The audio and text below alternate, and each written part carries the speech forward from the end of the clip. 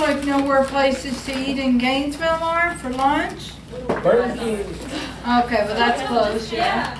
Okay, your lunch box, alright.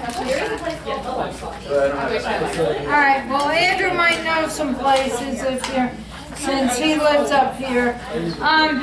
Okay. Let's just take about 30 minutes to kind of talk about the quick neurological screening. And then we will deal with practical questions, kind of giving you an idea of what might be on it. We'll create a little Google Doc, and then you'll have sort of a little review guide, okay? All right, so the quick neurological screening is a test that's quick. That's a screening, right, as the name would imply. Where I was first, introduced to it, I was working in Arlington County, Virginia. Arlington County Schools or Arlington City. I don't know if it's a city, county, whatever. And the occupational therapist did this as part of their initial eval. And it came out of the learning disability world. And actually, educators use this as well to say, based on the results of the test, is this person kind of probably has something neurologically up with them that I should refer on? So anytime we talk about a screening, it's where should I go with this information? It's not meant to diagnose anybody, okay? Our job as therapists is not to diagnose, but is to refer to people who diagnose, okay? So, but when I was looking at this assessment, I was like, oh, a lot of these tests are measuring cranial nerve function. Not all of them, but sometimes they're measuring other functions of the nervous system. So I think when we think about chapter 1 and we think of the regions of the nervous system, it's kind of cool to sort of say, for this subtest, what part of the nervous system are we measuring? So there are sort of, really 13 subtests. The last two, you're actually measuring when you do the whole test. So it's really only 13 things you are doing with the person.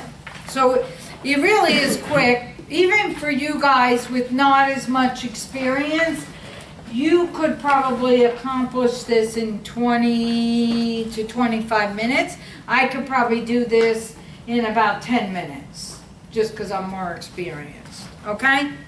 So, let me walk you through. We're doing some shivering. So, do we need to turn this down up? No, just leave it. Okay. We'll get high. Okay, just pull a blanket off the bed. Okay. Okay, so the first one is really related to item 1 and item 2 are kind of connected to each other. Do you see the back of the form has shapes on it? And what you have the person do is you have them hold, I like for the client to use a pencil on a table, and I'm just standing for the purpose of the videotape, is say, Mary, I want you to copy those shapes that you see there. And what we're looking for is several things. Do they hold their head close to the paper? Do they turn their head, cover one eye? Do they do these odd things when they're copying the shapes? They like, remember how I was like critiquing your grip strength as you were writing? I look, do they hold the pencil loosely? Do they hold it so tight that their knuckles are white? You know, that would be what I call a neurological soft sign. A soft sign is not a diagnosis, but is like something I want to look at further. So you all picked up on some soft signs on me. When I lifted my eyelids, you noticed oh, I had to kind of use my neck muscles too. So an associated reaction would be a soft sign. So say you notice in a kid, and this is more often, by the way, for your assessment grid, this is age, I think it's like 3 or 5 and up. So you could do this on 90-year-olds, you could do it on 5-year-olds, okay? Standardized on thousands of kids, you know, typical and non-typical. Is this on the grid? Huh? Is this on the I grid? think somewhere, I don't know what page. What page?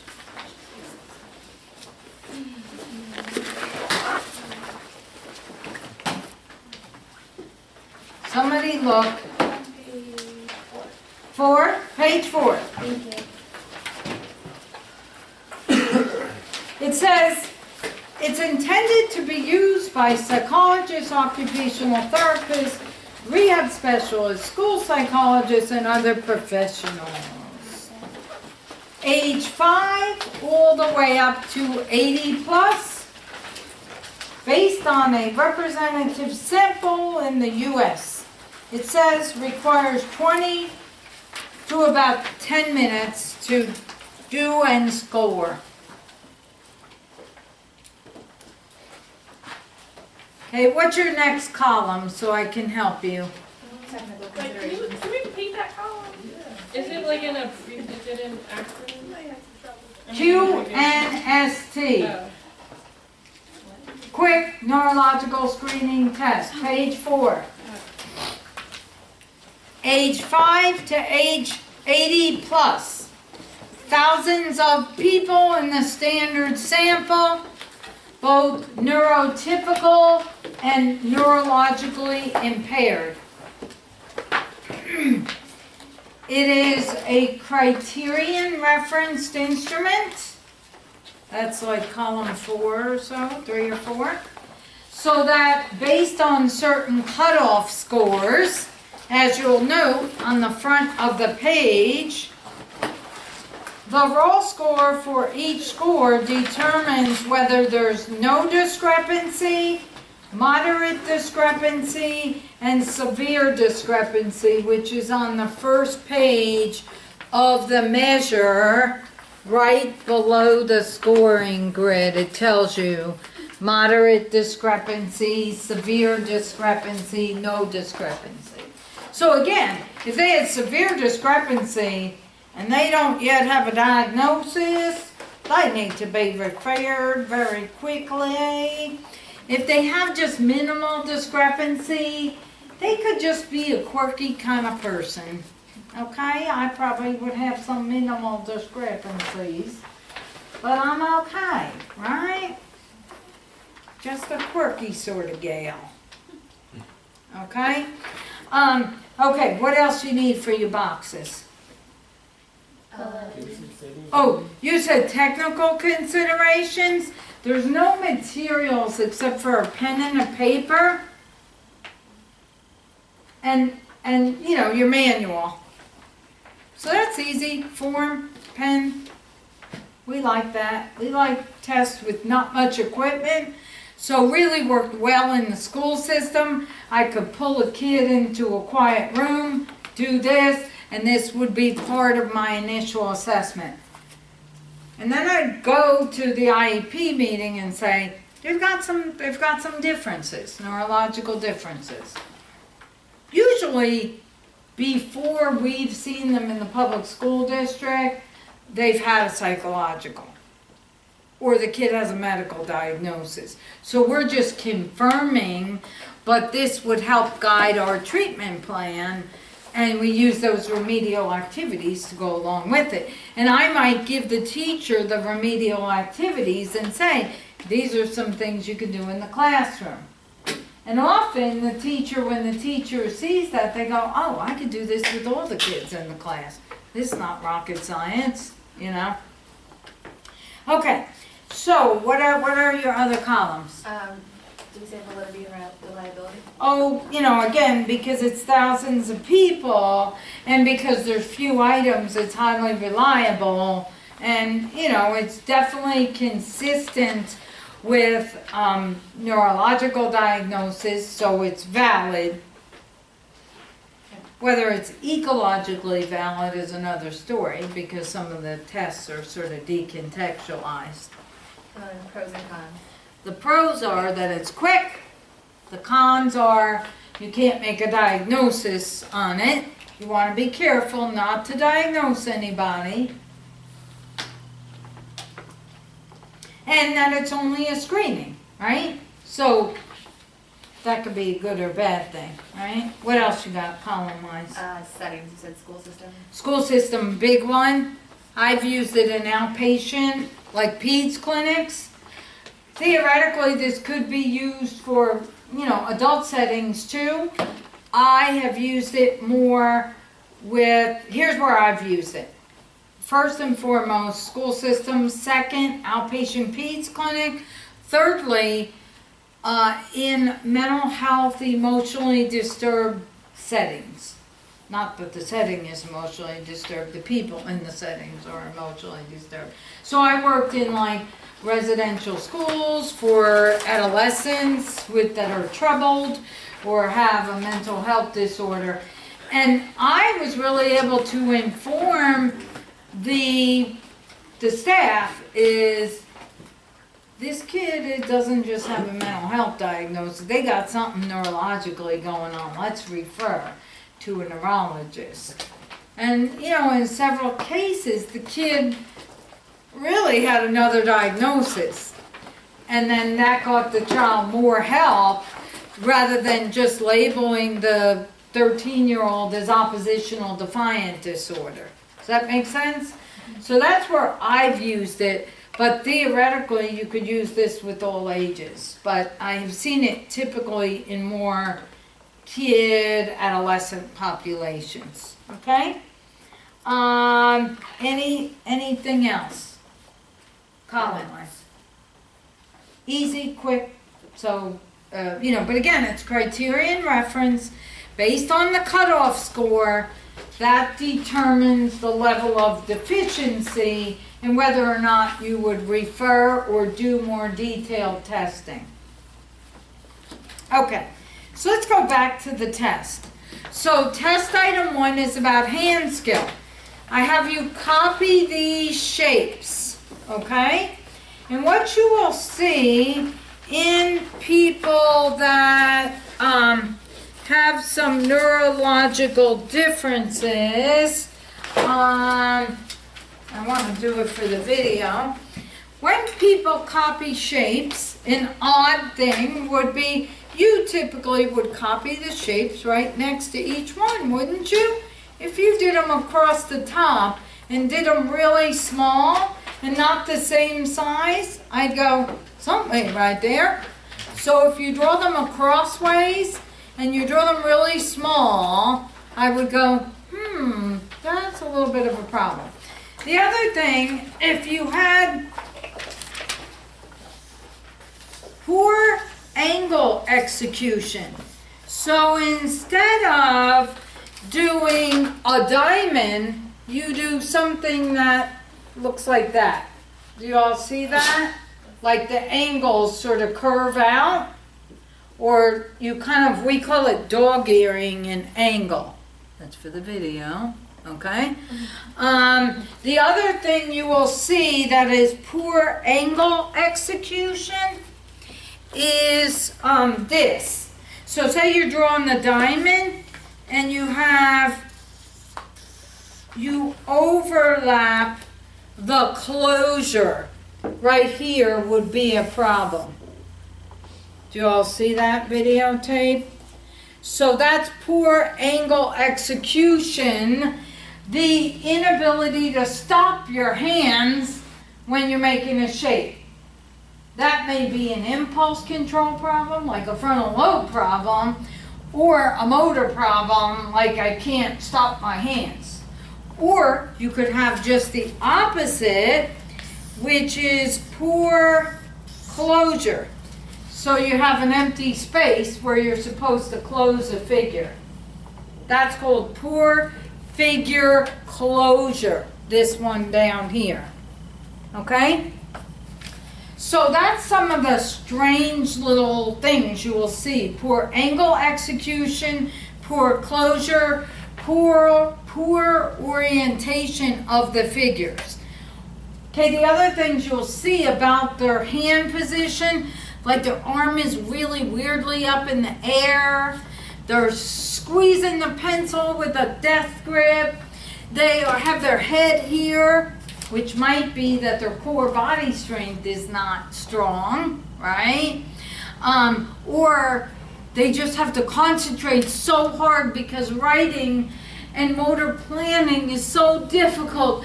They've got to have the maximum postural support to concentrate, okay? How do you know if, like a diamond situation, if someone's not just like in a rush? I mean, if they're kids with behavioral disorders, maybe they just don't want to be there, they don't want to do it. So yeah, a lot of kids will grab the paper before you've done the instructions and you say slow down, and if you after the first one they don't slow down, something ain't right. They're consistently impulsive, okay, even after cueing. So that's what I would document in my report. Despite continued cues, child, continued to be somewhat impulsive and rushed in their approach to tasks, is how I would document it. Are they only allowed to try it once? Like Yeah, no erasing. Okay. And you'll get a kid go, wait, the OCD kid, and they're like, wait, Miss Mary, it's not perfect. And I erase. No, sorry, you can't erase. Let's go on to the next one. And then they fall apart and act all rigid and, oh God, I gotta get this perfect. No. You need to, like I told you last time, my children have done every one of these assessments multiple times. So you need to find a neighbor kid, a cousin kid, or whatever kid to practice any assessment that you do on a typically developing child before you do it on a child with a disability. So you kind of have some point of reference. So like I would know, oh, I'm going to be evaluating a 5-year-old tomorrow in school. And I run through my neighborhood. Who has a 5-year-old that I can use? I got to practice this assessment. Okay? And that's what I typically have done before any assessment I would do. Okay, so one is about hand skill.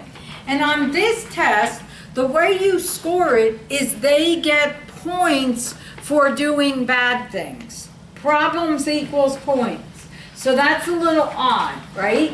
So the higher the score, the more dysfunctional someone is. So we give them a 1 for any of those behaviors they do. So as part of hand skill, and it's in the manual, we give them a sentence to write, okay? That's something like the lazy brown fox jumped over the log or something like that. That involves a bunch of different letters, okay? And they have to copy, they're copying, they don't do it verbally, but they're copying that sentence, and typically they will write the sentence on the top of one of your pages, okay? So that's what you're looking for in item 1. Do you notice that an observable tremor gets more points off, right? A tremor would be more serious neurologically than just holding my pencil too tightly, right? So you guys might get a 1 on holding your pencil too tightly. It doesn't mean you're neurologically impaired. But any one of you, if you had a tremor, I'd be like, that's something to worry about. Tremors typically are cerebellar. Something wrong with your cerebellum? Or it's due to muscle weakness, okay?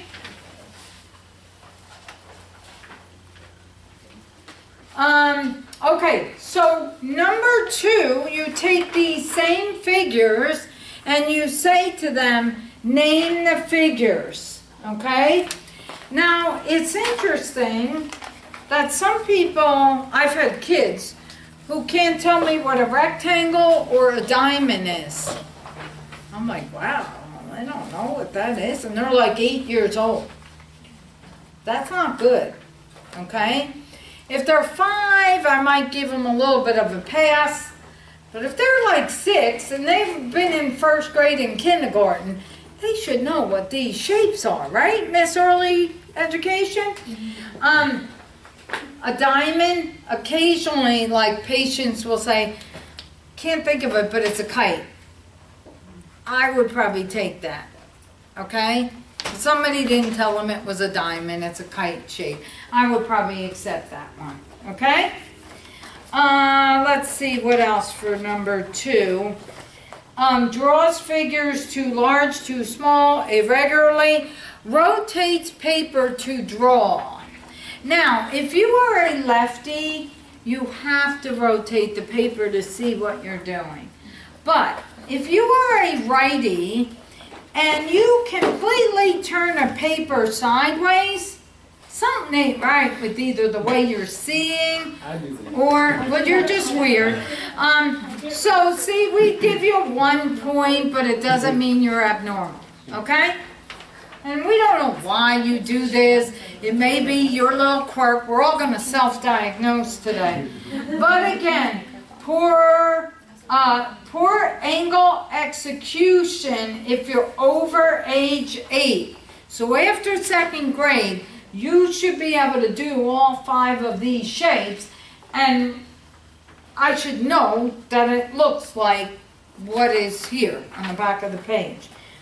And if you do a tremor, you get points again, okay?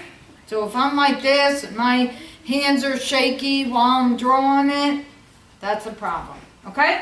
So there's item 1, item 2. Where did you say the sentence was? Is that in item 1? Yeah, it's in the manual what the sentence is. I forget exactly what it is, but Do they copy the sentence? yes, they copy the sentence. The sentence is hand skill. I forget what the sentence is. It's something like the lazy brown fox jumped over the log. I'm Because pretty. on the one with the scoring, it says prints and then not scored if younger than 8. Are they supposed to write in cursive? Over age 8. Now, They don't teach cursive. that's the whole problem. When this test was made, they don't teach cursive anymore. I can't. So, I might give them a pass on that one. But if you're really using the manual, you got to take all points for that. So, a lot of you probably don't write in cursive. Okay. What else? Okay. They have some examples in the manual of what they mean by poor angle execution. See the manual? And what that means. They give you all the instructions. I love it in the book in bold. So if you are borrowing any of our tests at Brenau University, you're paying a lab fee to use these tests. If they don't have them at your field sites and you want to use them, or your CI wants you to use them, sign them out. Make sure the instructor teaching that course doesn't need them, you know, that day or whatever. Sign them out. And I don't have a problem with you highlighting the verbal instructions or tabbing the pages. Because you want to be able to, you don't want to be flipping through a manual with a squirmy little kid. That's the worst thing. So know what you're doing. That's why you got to practice these tests with the kids you're working with.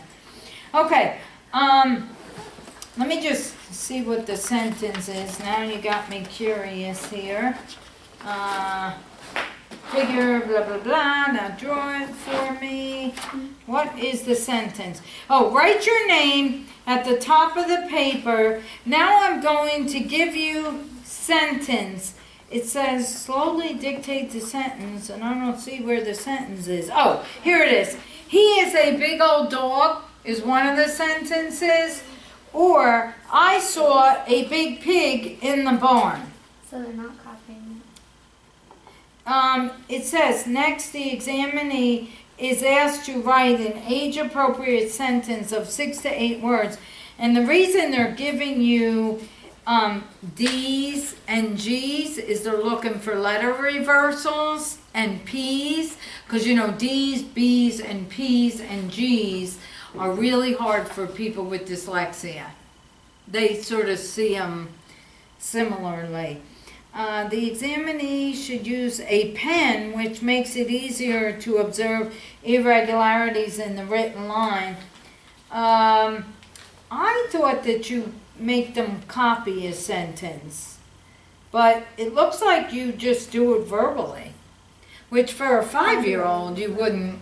I would make them copy it. So again, you're supposed to do it according to the manual. I'm just telling you, I sort of like wiggle a little bit with these kids that are close to the bottom of an age limit. Okay. If they can't copy it, they're definitely not prioritizing. Yes, yeah. But, you know, if you've got a 7-year-old that can't do this, that's a problem. Okay, the next one, girls that went to sleepovers. Did you all do this at sleepovers? I'm going to write on your back. What did I write? Did you, boys, did you do this at sleepovers? I don't think I've ever done Not so much. Okay, girls used to do this. Did you not, girls? Come on, all right? Well, I'm giving you insight into our world, okay, boys? If you didn't have sisters, this is what we did at sleepovers. You guys all like fought each other, play with trucks and stuff. Girls do all these guessing games, blah, blah, blah.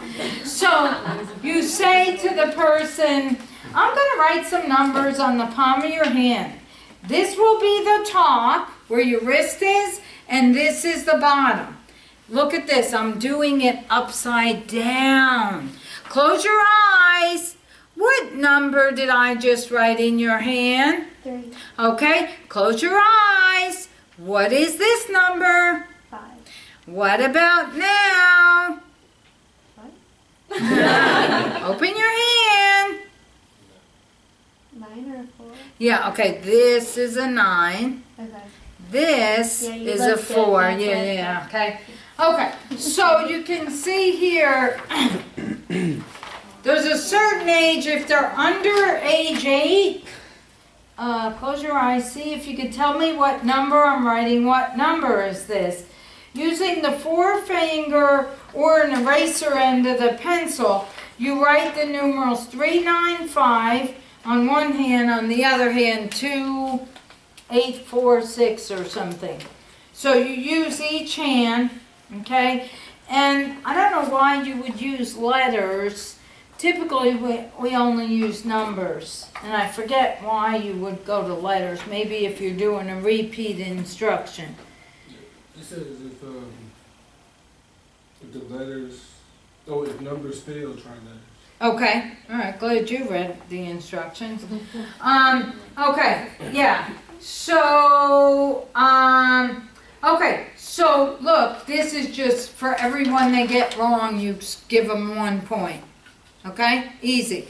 But what would you see in people who have hyper-responsive sensory systems, or maybe people who have been abused?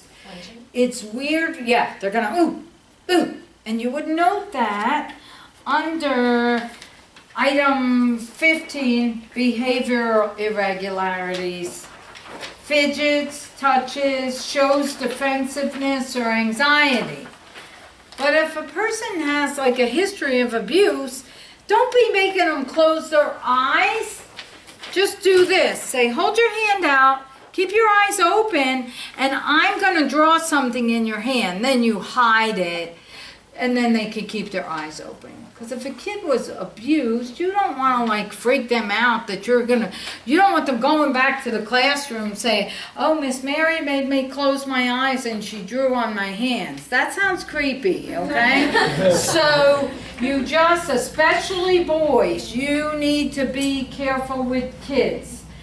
Never be like alone in a room with the kid. And I'm sorry about the stereotype, but boys get accused of this kind of stuff more frequently. So treat kids out in the open. You know, in little ones, if you're doing neuromuscular rehab, you want to have like sometimes them shirtless.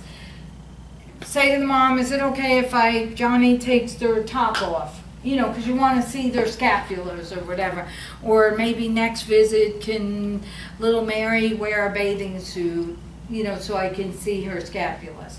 But nowadays you kind of have to be really careful about not any sense of being creepy, okay? So don't be creepy, that's the lesson. Task 4, we just did when we checked cranial nerves, eye tracking, right? If they move their head when they're eye tracking, that's a problem. It means their eye muscles don't work, so they got to turn their head to move their eyes. Do they have horizontal jerkiness? Okay, so their eyes go like this, or when they go up, their eyes go when they go up. That's usually a sign of eye muscle weakness, so they're kind of having to work to get their eyes up there. And then distractibility. Notice that 3 of the eye things being wrong gets 3 points. So this would be really indicative of something going on neurologically. Yes? I have a question. So one of my good friends had a TBI a couple of years ago. And so she's recovered from that. It was like a diffuse accident Right. injury. But whenever she looks normally side to side, but when you ask her to track, her eyes jump. What does that Yes. mean? Uh-huh. Is that just Well, something she motor? probably has some weakness, or it could be some leftover cerebellar kind of, you know, just soft signs. But again, she probably has compensated for it, you know, but reading might be a challenge for her, and so she might need to read using like a yellow highlighter ruler so her eyes stay where they need to stay visually. Yeah. What is that test? I don't, or what is it testing for? Like, my OT, she had the little boy spin around a few times. Nystagmus. And then, Okay. Nystagmus, we're going to go over it when we go over the inner ear vestibular system. But basically, we don't have a spinny board here. As you would spin somebody 10 times, stop them, and then look at their eyes going like this. And you should have nystagmus. If you don't have nystagmus after somebody spins you 10 times, you go, oh, that's a hypo-responsive vestibular system. Conversely, if you have nystagmus that lasts more than 15 seconds, you go, oh, hyper-responsive. That's somebody who doesn't like going on rides, okay, especially spinny rides, okay? So too much or too little is a problem. We want to be like Goldilocks, just right. We want to have a little nystagmus and have it diminish quickly. So the jerking while they're tracking the visual, tracking back. Might be that's- nystagmus, might be, but typically is not. Okay. The kind of kids you'll see who have the jerkiness during tracking are cerebellar problems, kids with athetoid cerebral palsy or ataxic cerebral palsy. Their whole movements will be like this, kind of, and they even talk like this, and they use their walker, and they go like this. What was the first? Ataxic, No, ataxic, or and then there athetoid. Athetoid is more ridey kind of movement. I'm not making fun of anybody. I want you to see what you're gonna see, okay? Okay, so that's the little shapy thing. Next, eye tracking, sound patterns. So the next one, Miss Marissa, can you face me and put your hands in your lap? Yes. I'm putting this in so the videotape can see. Just stay where you're at. No, yeah, that's good. So the tape. Okay, so I'm going to make some sound patterns, and I want you to copy what I do. You ready? Yeah. So you do that 2 or 3 times, they copy your patterns. What you're looking for on just these plain clapping patterns, if people really have to concentrate to listen so carefully and make sure they got the pattern, you'll see these associated reactions. You'll say, like all this weird stuff happening in their face. Or you'll see, and kids will do that, and you'll be like, oh my God, they got something going on here. Or you'll see and the leg goes with them. So they need extra sensory input to make sure they're repeating the motor pattern correctly, okay? So that could be a motor problem. That could be they're not, maybe even having some auditory processing sort of soft signs. So you're not sure, is this auditory or is it the output problem? So now we're going to do the same thing, but we're going to do it verbally. I'm going to give you a pattern, and you have to repeat it back to me. Are you ready? Mm-hmm. Dot, dot, dot, dot, dot, dot. Da da da da da da. Okay? And same thing. Now we know, is it just auditory? Whereas if she did way better on the verbal patterns and really bad on here, then I can do deductive reasoning. Well, this is a motor problem. Whereas if she had problems with both, then I'm kind of like, is this an auditory problem or is this a motor reproduction problem? It could be both. Okay, say you have like cerebral palsy. You're going to have oral motor problems in reproducing the sounds, but you're also probably going to have motor problems, maybe like one side is weaker than the other, right? But would that be more control? Because Well, they're that's, muscle- yeah, but I mean, those people might have problems with both, and you don't know, is this a hearing or a motor problem? So sometimes you don't know. Okay, so sound patterns, again, I only give 3 points on the bottom.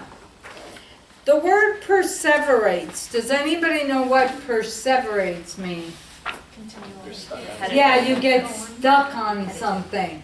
So I would go, the pattern is dot, dot, dot, dot, dot.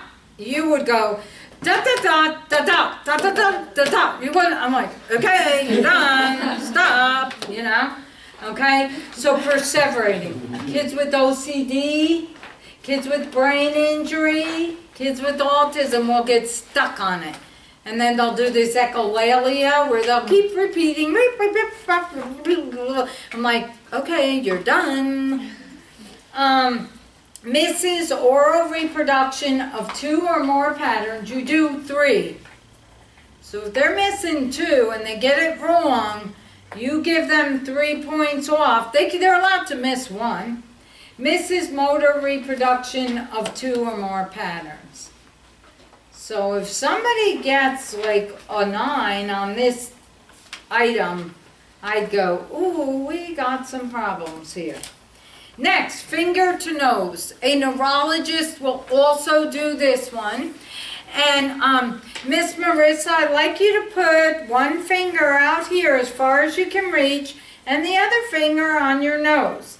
And what we're going to do when I say go is you go here to here as fast as you can. Go! Good. And switch hands. Good. Okay, she had to take a minute to adjust.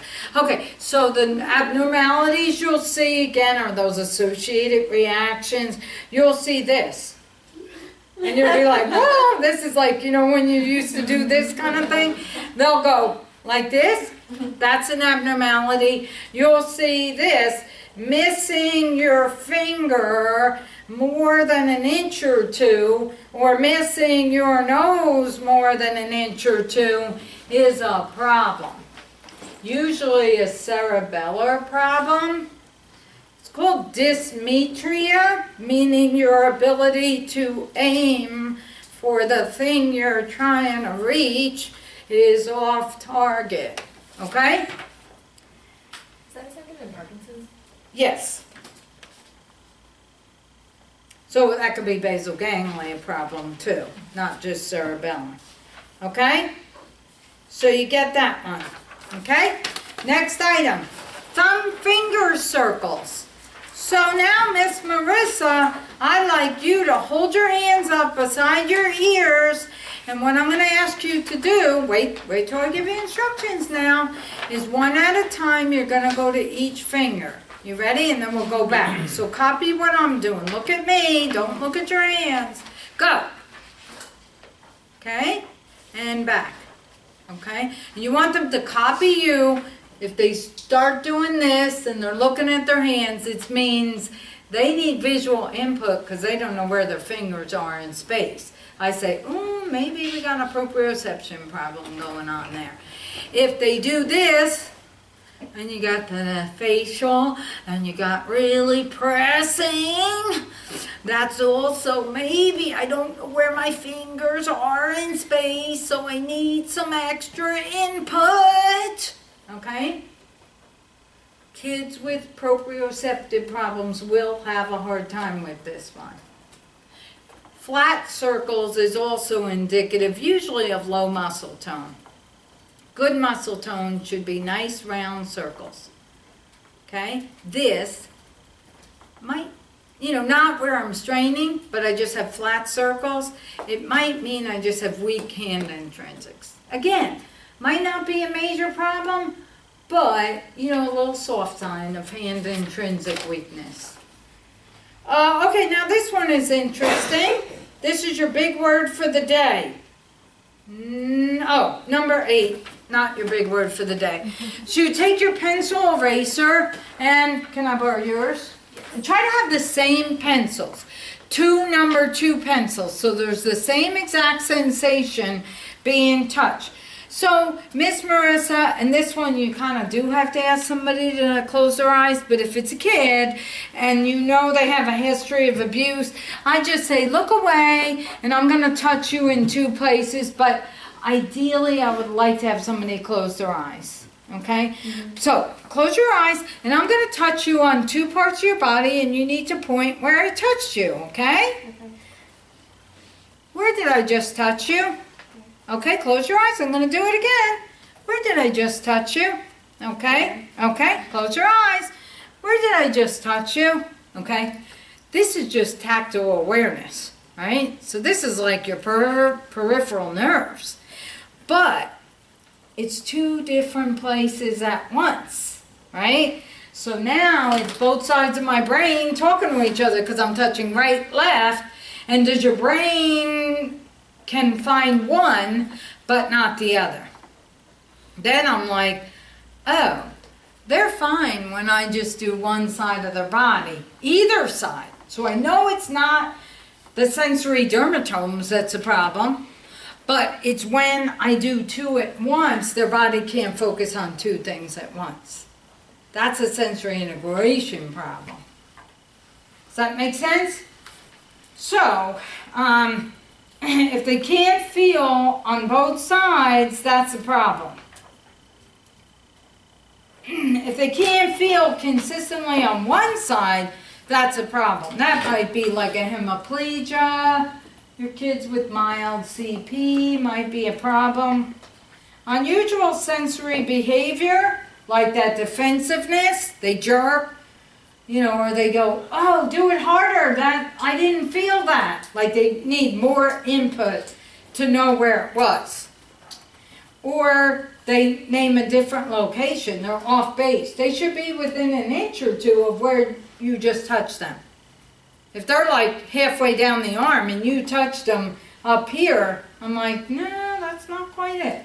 Let me try another one. Okay? That's the sensory dysfunction. The next one, this is the word I said, your word for the day. Write it right on top of the form, 9, under the item 9. The word is called diadochokinesis. So, this is your big word for the day. I'm going to write it on this for the videotape people. Let me write it. Let's see. I'll write it big on the back of here. D-O,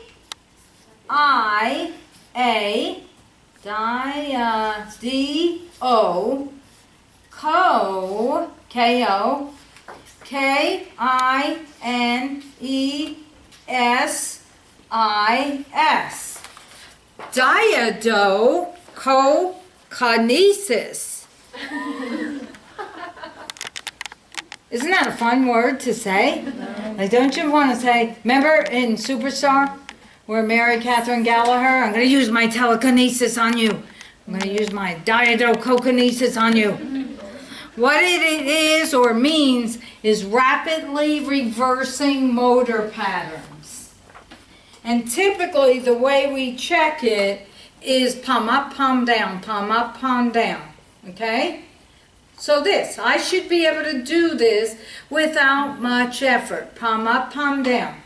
Okay? Diadochokinesis. Okay? Our new big word for the day. So I tell the kid or the grown-up, put your hands in your lap. We're just going to do palm up, palm down. You ready, set, go. Go. Okay? What you will see with people with soft signs, again, they've got to concentrate to rapidly reverse those patterns. Okay? As you will see, and the whole shoulders come with them, and their facial stuff, or they'll do exaggerated movements, and they'll be like this, and you're like, whoa, something ain't right there, you know. So that's sort of your soft signs for diadochokinesis. If their wrists are floppy when they're doing this, or they're super fast or super slow, that's a problem. They do these large circular movements instead of just palm up, palm down. Okay? Asymmetry, one side is different than the other. Okay? Any questions about that? That's probably really the gray matter of the spinal cord. Does that rapidly alternating movements, the interneurons, right? Flexion, extension, pronation, supination, right? Any twerking would require a high degree of diadochokinesis. I'm twerking, right? Front, back, okay? Right? Are you talking about the dance? Yes, twerking. You don't want to see me twerking, trust me, because you'll be jealous. And how good I twerk versus how good you twerk. And so, you know, I don't want to show you up that way. Okay, so the next thing is about core muscle strength, which is also interneurons. So now we're looking at gray matter of the spinal cord. Marissa, I want you to be to the edge of your chair because I don't want you to lean on it, but not all the way to the edge because I don't want you falling off the chair. So what we're going to do when I tell you to go, and I have really big core strength, Lexi, you picked up on that one, is I would like you to hold your arms out, and then you're going to hold your legs out and hold them up as fast as you can. Hold them up, yeah, and keep them up. Don't drop. And you're not supposed to do this as part of the test, but here's where I'll check muscle strength on a kid. That's not part of the QNST. What you will see, you can relax, in kids with problems where you're doing something, this is almost like bilateral motor coordination. I'm doing an action with my lower extremity and an action with my upper extremity. And you'll see a kid could do this just fine, and they can do this just fine, but they can't do them at the same time. So again, that's probably some interneuron problems going at, wrong at the spinal cord level, or just the base, I don't have abdominal strength, and that's why I can't do it. So that could be a core muscle strength problem. And we could argue chicken egg argument here. Well, the reason they have weak core muscles is because the middle of their spinal cord isn't firing in the way it should be. Does that make sense? All right? Or their spinal cord might be fine. They're just weak because they're a couch potato, right? And a lot of kids are. So, and grown-ups, not just kids. Okay, the next one is the drunk test. Okay? We just have you stand and walk heel to toe. Okay? And what we're looking for there for abnormalities, obviously, is losing your balance. But what you'll see in children, and I have a skirt on, so it's a problem. You can't see what my legs are doing. So you want to make sure I'm not doing scissory stuff. Okay? Because scissory and squeezing my legs into internal rotation is a way, it's a substitution for postural fixing. So you really want to make sure you could see somebody's legs. I have a knee brace on. But is, you know, say, Mary, hold your skirt up a little bit. And so you can see my knees as I'm doing So that. what are you looking for what they could compensate for? What they'll do is they'll kind of sort of clench. Look, my feet look like they're doing tandem now. But if you look at what my hips are doing and my knees, I'm using my knees to stabilize myself right now. But in this skirt, you can't see that. So kids and grown-ups, they want to put their best foot forward to you. And so they'll do things to fake you out. Not on purpose, but they want to accomplish the task that they just saw you do. And they just saw you walk tandem. So they want to be able to do what they saw you do. But their body can't do it exactly the same way, so they'll do these strange motor behaviors. Okay? Obviously, losing their balance during that is a problem. Scissoring their legs is a problem. Veering to one side or another is a problem. Pigeon-toed stance or bent leg stance is that they're internally rotating their hips to stabilize their gait during tandem walking. Okay? What? What's when they walk like with the External rotation, that's from the hip, not the knees, right? What is that called? Is it being like bow-legged? Well, bow-legged is this. External rotation of the hips is Urkel. Right? You don't know Urkel. You gotta come as him for Halloween. Come as Steve, okay? You look good as him. Alright? Alright. So, we okay with that? Involuntary motion. So if we got the arm stuff going on, right? But we're fine with the tandem, but this is going on, that means I need extra movement to accomplish a balance task. Something ain't right with what's going on in my inner ears probably.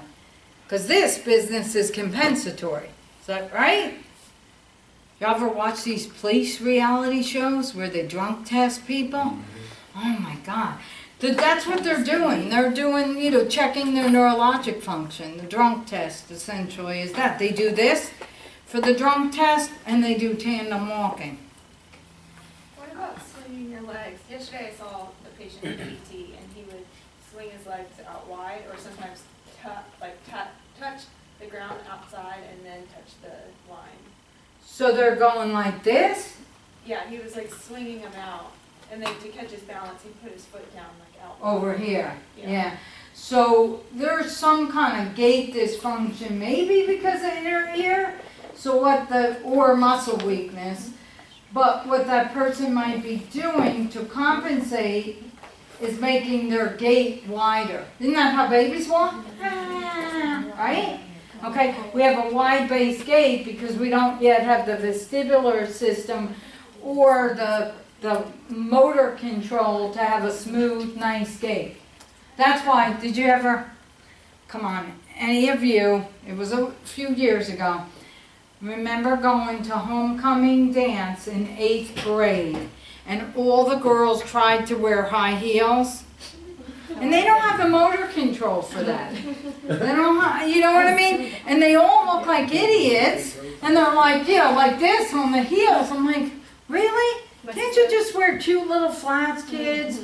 But, you know. My sister-in-law's 14 and she's going to homecoming this year. Oh my Her 8th God. grade dance had on these Yeah, these huge heels, and the kids And walks can't like a walk. praying They don't mantis. have the ankle stability. They don't have the hip stability. And so, you know, they're wearing the shoes for 10 minutes that their mother paid $60 for or more. You know. And she's Yeah. 5'7". So Yeah. like, you're in 8th grade. It's taller than Yeah, just wear some flats and stop already. But, you know, can't tell kids anything. All right. The last item, or one last item on that page, is 12, standing on one leg, okay? And so, again, you're going to get people in skirts like me who fake you out. How am I now faking you out? squeeze my leg together and make a pillar. And I'll usually take, if I see somebody doing that, I'll take my paper and say, no knees together, stand up straight, don't do this, but, you know, we need to have you up straight. And then I'll, even though, does it say you do it with eyes open, eyes closed? Yeah. Okay, close your eyes now. And if they lose their balance with their eyes closed, I'm like, okay, that means either the inner ears are messed up or the ankles, the proprioceptors are messed up. And that they were using their vision to compensate for it, but when I take vision away, they do worse. Does that make sense?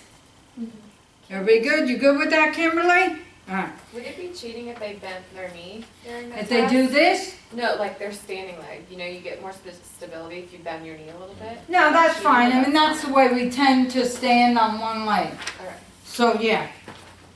Okay, so Chrissy, you have to do the last test. So stand over here. Oh, shoot. No, come up here. You could do it for the video camera. Oh, okay. Come on, Chrissy. And there's a reason I'm making Chrissy do it. My brother's Chris and we call him Chrissy. That's my nickname. Okay, so Chrissy, come here. So Chris, can you skip to that door? After a couple drinks. Okay, skip. Ouch. He kind of skips weird, doesn't he? Boys skip weird. They don't like it. Okay, look, I'm 55. I skip better than him. Okay? Girls skip better than boys. Chris, skip. Oh, shoot. Okay, you're pretty good. You skip good. Okay, so do you notice here? You could go back to your seat. Give him a round of applause. So it says somewhere in this mess, boys over age 8, if they can't skip, you consider it a dysfunction. Girls over age 6. So we got a little gender stereotyping in this test. But girls tend to learn skipping before boys. I don't know why. PE teachers should teach it, I guess. I don't know, but they don't. Right? We always had to skip in PE class. You did? Yeah. Did the boys skip? Yeah, we had to like skip around the gym. What boys tend to do is they tend to do one leg, this. So they gallop. Gallop. Yeah, that's not skipping. They do it. Skipping, They do it in you class. have to get off one foot at a time. It's part And you of- have to leave the earth for a second. Okay? You have to leave. So, skipping, again, if I was doing an 80-year-old patient, I'm probably not going to be doing skipping. I'm probably just going to skip this item. Okay? No pun intended. Okay? Now, item 14 and 15, right, is look at item 6, look at item 7, and look at item 12. And if there are right-left differences on those tasks, you give them points off for it. Same thing for item 15. It's not that we do anything for 15. We just review how they did on other items. And if there was any behavioral irregularities, like they fidget, they twitch. I've had people, when they're drawing the designs, they're twirling their hair, almost pulling it out. I'm like, you're just copying shapes. How sad that you're stressing. I don't know if it's emotional stressing or that they're really having to concentrate so hard to replicate shapes. I was like, no wonder this kid hates handwriting. They can't even replicate these shapes. And so it's our job to figure out, why can't the kid replicate the shapes? Is it a visual problem, a motor problem, a sensory problem, right? Or a cognitive problem, I suppose. Typically, it's the other three. Okay? Does that make sense? Okay. So let's kind of verbally talk out each of the subtests, and you can write on your test. So, hand skill. What part of the nervous system are we measuring?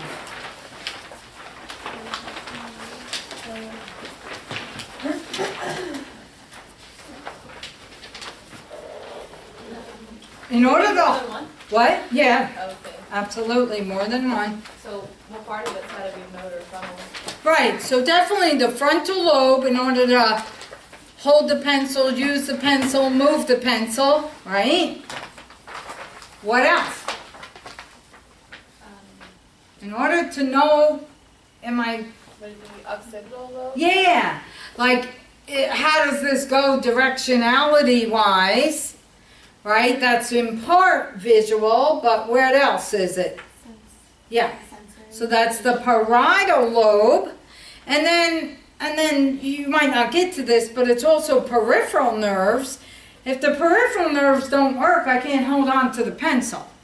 So this task is really, it involves like 3 lobes and the peripheral nerves, sensory and motor. Figure recognition and production.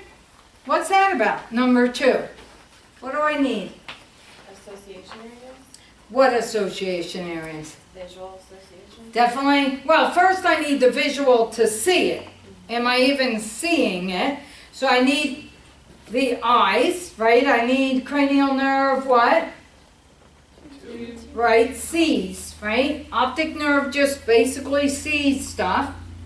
So I need cranial nerve 2 to get the information in. And then it goes first to the occipital area.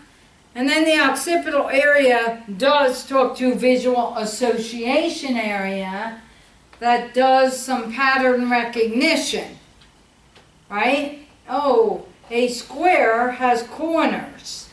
That's a visual association area, right? But in order to tell you that it's a square, what do I have to do? I need Broca's area, right? And I need my temporal lobe and kind of my hippocampus to say, what's the name of that shape again? Oh, I gotta look through my file cabinet. A square, a diamond, a rectangle, right? Yeah. Could it also be like when you're drawing like spatial relationships and stuff? Yes, which is sort of parietal and visual association areas. Would it be the corresponding like Wernicke's to understand it's a square, or is that? Yeah, yeah, Is that yeah, really yeah. Okay, what about palm form recognition? What's the first thing I need to be able to do that test? Tactile. Yes. So first and foremost, my sensory part of the peripheral nerves, the spinal cord, and the parietal lobe needs to be intact for the information to get into my brain. Right? Now, to tell you what you just did to me, I need Broca's area again.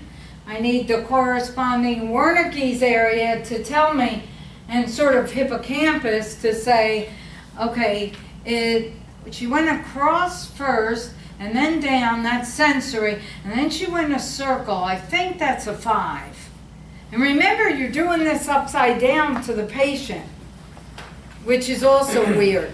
So my perceptual lobe is having a flip, and the occipital association area is having a flip it in my brain. That's the tricky part about this task.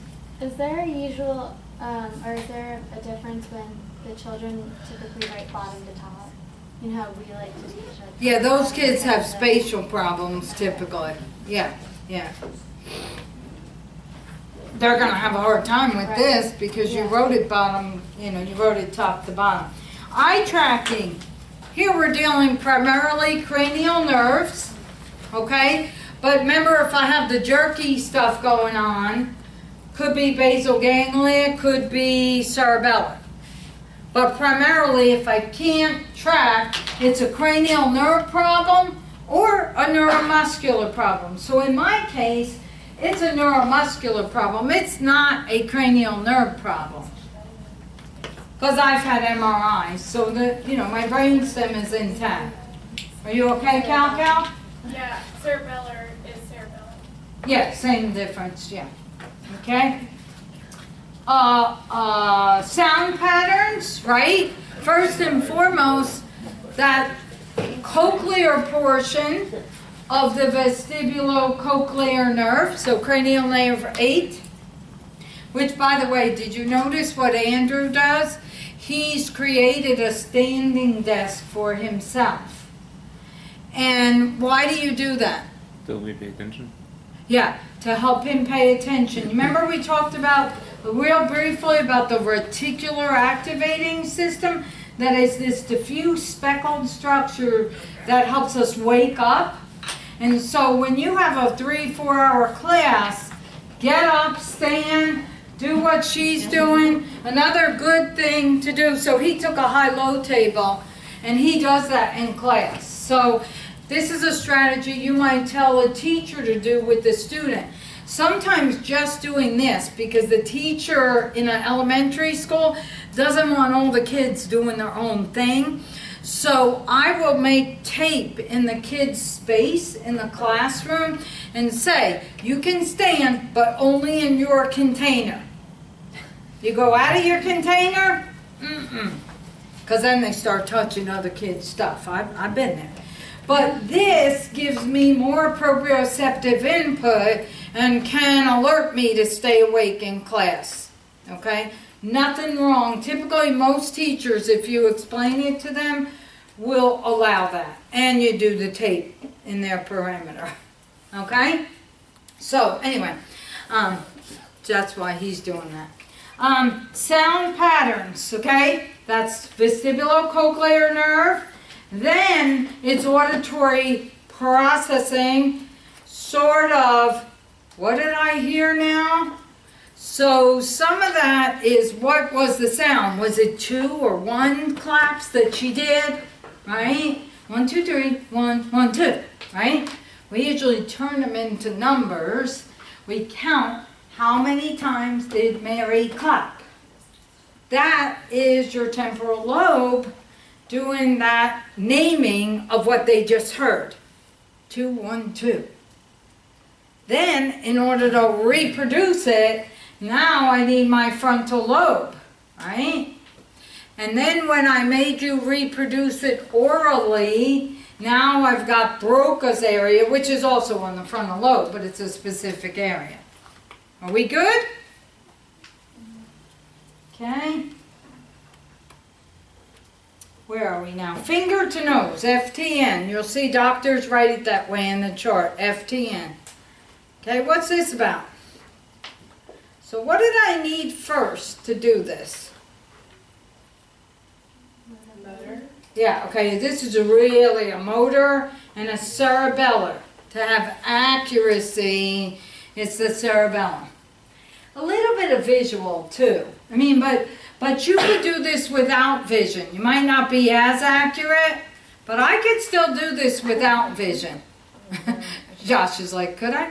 Yeah, okay. So you figure it out. It might take you a second more to learn it. Does that have anything to do with spatial relationships too, or is it more like Yeah, perception? well, if you do it without vision, then it becomes a little more the parietal lobe and the sensory stuff. Thumb finger circle. Again, you're not supposed to look for thumb finger circle. So this primarily is sensory and visual. So sensory, parietal lobe, I have to know where my fingers are in space. Motor, I have to be able to put my fingers where they're supposed to be. Okay? And then visual, I have to follow what I'm seeing you do without looking at my own hands. Right? So that would be primary occipital lobe, because I'm just looking and copying from a sensory motor point of view. Okay? We good? Okay. Double simultaneous stimulation. Double simultaneous stimulation of the hand and cheek is really that parietal lobe, sensory. Right? And then in order to point or say where I just touched you, that's motor. So that's the frontal lobe. Can you say that again? I didn't know what I said. Did you get distracted by the buzzing? I did. Yeah, okay. I did. Good. All right. Just acknowledge it, own it, self-advocate. All right? Okay. So, sensory, right? I have to know where you just touched me, parietal lobe. Motor, in order to point where you just touched me or say where you just touched me. I mean, a little bit of the level I have to remember if I'm saying, say I'm paralyzed. Oh, you just touched me on my shoulder, right? I have to have the speech to be able to do that. And in most cases, people don't say, they just point exactly where. So that's purely motor. Okay? So that's a sensory motor kind of thing. Rapidly reversing positions. I told you that's the gray matter interneurons. Flexion, extension. We have two systems. The flexion system goes up one part of the gray matter of the spinal cord. The extension system goes up another part. And so I have to have interneurons in the gray matter to do that. I have to have the frontal lobe to sort of execute what I just saw you do. And I have to have the occipital lobe to watch what you're doing, right? If I'm blind, that would be hard to do. Although I could do it without, I could explain it or do hand over hand to explain it and then watch you do it. So you could do this test without vision. Or, was there a question? Go ahead, ask, Lauren. I was just asking something. Oh, what was it about this? No, it was about the temporal lobe. What's like the main thing? Is it speech? Language. Speech and language. It's receiving, retaining, producing speech. All of the above. I mean, well, to receive, you got to have the ears first. If you're deaf, it's going to be a lot harder to receive speech.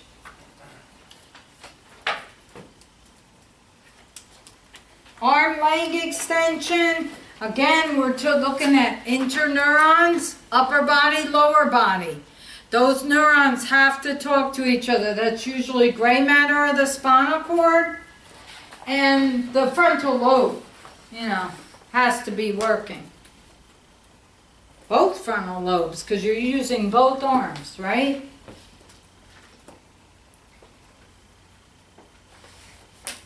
And on some level, a tiny level, do you notice when I had her do that, I said scoot to the edge of your chair, because I didn't want her leaning on the chair. So on some level, this is a little bit of a balance task.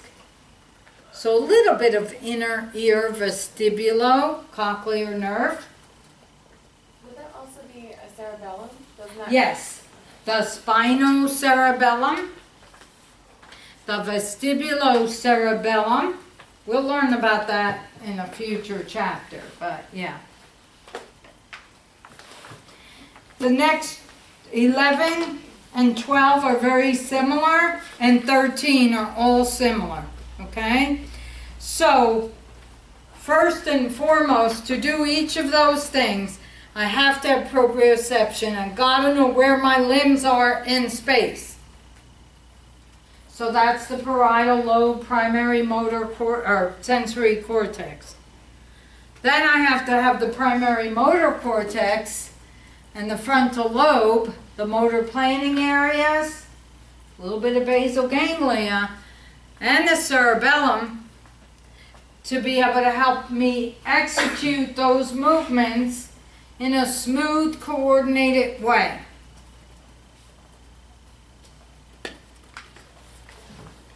So really all three of the tests, tandem walk, stand on one leg, skipping. Okay? So, what cranial nerves does this test not assess? The vagal, the olfactory, right? So this test does not assess every cranial nerve, but it certainly picks up on the eye ones, some of the ear ones, right? Not so much the tongue ones, right? Not really accessory. So I just, it's not every cranial nerve that is addressed through this test. But I wanted you to kind of see how a neuro test that we might use versus the neuro exam that the physician might use, how they're checking different parts of the nervous system. Okay? Questions about this? All right. So now how about Lexi creating, or somebody else, it doesn't have to be Lexi, creating a Google Doc. First, let me deal with any of your questions about any of the worksheets. So, ask me questions about the worksheets.